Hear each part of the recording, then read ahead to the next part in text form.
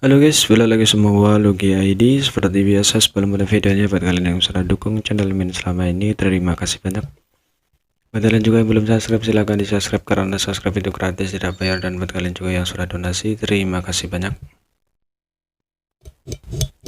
Semoga dilancarkan rezekinya, amin. Seperti biasa sebelum mulai videonya, alangkah baiknya untuk kalian like video ini, hitung uang parkir guys. Terima kasih dan selamat menonton. Kita bacain novel Merat Elfek chapter 5839. Di sini diceritakan pertempuran antara dewa spiritual raksasa menyebabkan darahnya mendidih saat yang akhirnya berhasil menekan keinginannya untuk campur tangan. Dia masih memiliki kesadaran sendiri meskipun dia telah menembus ke Orde ke-9 dan kekuatan pribadinya telah mencapai puncak. Martial Dao di depan raksasa seperti dewa spiritual raksasa itu masih belum cukup. Jika dia dengan gegabah ikut campur, dia hanya akan berakhir dalam keadaan yang menyedihkan. Terlebih lagi jika dia benar panggung untuk dia tampil seharusnya sudah disiapkan di Noretun Pass. Karena itu Yang memutuskan untuk tidak ikut campur dalam pertempuran antara keempat dewa spiritual raksasa ini untuk saat ini. Menggenggam kedua tangannya, Yang menangkupkan mulutnya yang berteriak, "Ada AR, semoga berhasil." Suaranya bergema seperti auman naga menyebar ke segala arah. Ada yang sedang bertarung melawan musuh yang kuat, mau tidak mau menoleh untuk melihat ke arah suara, tapi dia lengah oleh pukulan lawannya dan terhuyung-huyung. Marah Adam mensampaikan dirinya dan membungkuk meraih pinggang lawannya dan membenturkan siku ke lututnya, menyebabkan dia jatuh ke tanah. Dia kemudian menaiki dewa spiritual raksasa tinta dan menghujani tinjunya masing-masing menyerang seperti petir, menyebabkan kelopak mata yang berkedut. Yang terbaik adalah tidak mengganggu mereka. Menarik kembali auranya, dia bergegas menuju gerbang domain yang menuju ke Noretun Pass. Gerbang domain dijaga oleh para masyarakat klan tinta dan sepanjang tahun. Di satu sisi mereka mengendalikan gerbang domain itu sendiri, tetapi di sisi lain mereka juga mengawasi pertempuran antara dewa spiritual raksasa. Ketika mereka mendengar suara Yangke, mereka segera berbalik dan bergegas kembali ke gerbang domain. Segera berita kemunculan Yangke di wilayah spesial dilaporkan ke Monai dan Mayu. Kedua raja klan tinta saling memandang dengan ekspresi serius. Orang ini benar-benar datang meskipun dia telah tumbuh dari Orde ke-8 ke Orde ke-9. Jika dia benar-benar berani muncul dari gerbang domain kali ini, mereka mungkin memiliki kesempatan untuk menangkapnya. Pengaturan untuk berurusan dengan Yangke sudah diatur pada saat ini. Monai memberi perintah dan banyak masyarakat klan tinta mulai bergerak. Setelah melintasi wilayah spesial, Yangke tiba di gerbang domain dan mengarahkan Noretun Pass. Melihat ke atas sejenak, dia melangkah masuk tanpa henti. Pada saat berikutnya, prinsip beruang melilit tubuhnya dan perasaan samar terbalik, menyebabkan penglihatannya kabur saat dia muncul di depan Noretun Pass. Dalam sekejap ilusi dan aura kuat menguncinya dari segala arah. Dua di antaranya sangat menonjol. Sudut mulut Yangke melengkung menjadi senyuman saat dia melihat sekeliling dengan hati-hati menilai Moyu dan Monaye, dua royal laut dalam tinta. Suasana hatinya agak halus.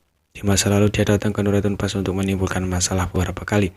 Tetapi setiap kali dia melakukannya, dia berhati-hati dan sembunyi-sembunyi, berusaha sebaik mungkin untuk tidak ketahuan. Tapi sekarang dia memiliki modal untuk secara terbuka memasuki gerbang domain Noretun Pass. Klan tinta tidak langsung menyerangnya karena tidak ada gunanya. Di belakang Yangke adalah gerbang domain, memungkinkannya untuk melarikan diri ke wilayah spesial kapan saja. Bahkan jika klan tinta mengumpulkan banyak master, mereka tidak akan bisa menjatuhkannya dalam sekejap. Karena itu dalam rencana ini penampilan Yangke bukanlah waktu terbaik untuk bertindak, dan setiap masa klan tinta dengan sabar menunggu. Situasinya tegang dan suasananya dingin dan membunuh. Ekspresi Monai sangat serius meskipun dia telah mengonfirmasi melalui berbagai laporan yang dia terima bahwa orang yang muncul di domain 5 dan domain besar lainnya adalah Yangke. Dia belum melihatnya dengan matanya sendiri. Jika dia masih menyimpan harapan bahwa informasi yang dia terima dari garis depan salah, baru sekarang dia melihat diri sejati Yangke, harapannya putus. Orang ini benar-benar kembali sebagai seorang yang hampir mati di tangan Yangke. Monai memiliki ketakutan yang lebih dalam terhadap Yangke daripada orang lain. Itu saja, di tengah konfrontasi ini Yangke tiba-tiba tertawa. Dia mengira saat dia muncul, dia akan dikepung oleh Tuan Klan Tinta, tapi dia tidak berharap orang-orang ini begitu sabar. Namun dia juga tahu mengapa Klan Tinta tidak mengambil tindakan. Gerbang domain ada di belakangnya. Jadi jika Klan Tinta benar-benar mengambil tindakan, dia bisa mundur kapan saja. Penghinaan dalam senyumannya membuat marah banyak masyarakat Klan Tinta, menyebabkan sebagian besar perhatian mereka pada Yangke menjadi gelisah. Sejak Klan Tinta menginvasi 3000 dunia, ras manusia selalu dirugikan. Tidak ada manusia yang paham bertindak begitu arogan di markas Klan Tinta, membuat mereka merasa sangat terhina. Mulai dengan dingin mengendus Yangke, "Kamu berani?" Yangke menatapnya dari atas ke bawah, seolah ini adalah pertama kalinya dia melihatnya, tetapi dia tidak menjawab. "Kamu cukup beruntung."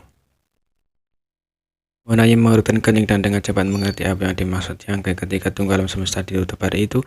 Monai hampir berpikir dia akan mati. Pada saat itu dia belum sepenuhnya pulih dari luka beratnya. Jadi jika Yang kembali bersamanya di pintu masuk pada saat itu, dia pasti bukan lawan Yang dan pasti akan dipukuli sampai mati.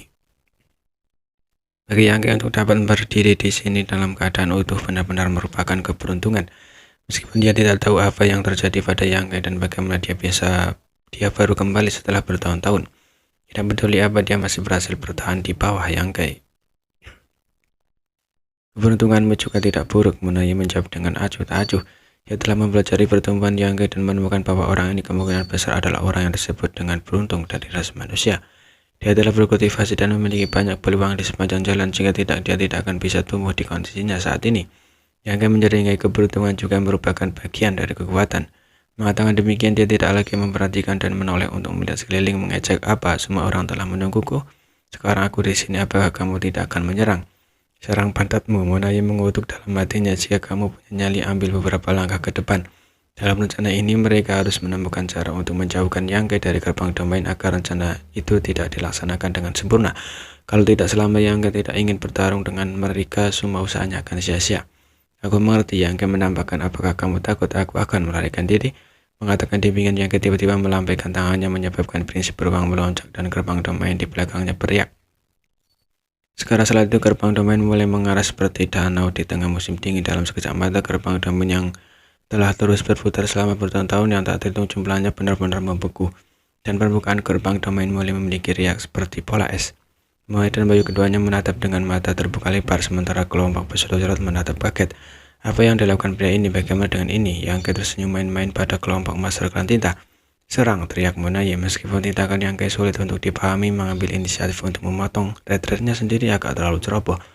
Rencana awalnya adalah untuk menarik Yang dari gerbang domain sehingga dia tidak bisa mundur kapan saja. Tetapi sekarang setelah mengkhawatirkan ini tidak ada lagi, bagaimana mungkin Monai ragu? Yang mengambil inisiatif untuk menyerahkan kesempatan itu, jadi Monai tidak akan mengecewakannya. Saat teriakan itu terdengar, aura yang kuat meledak dari segala arah. Hampir 20 sosok bergegas ke arahnya, masing-masing dari mereka adalah pesuruh laut.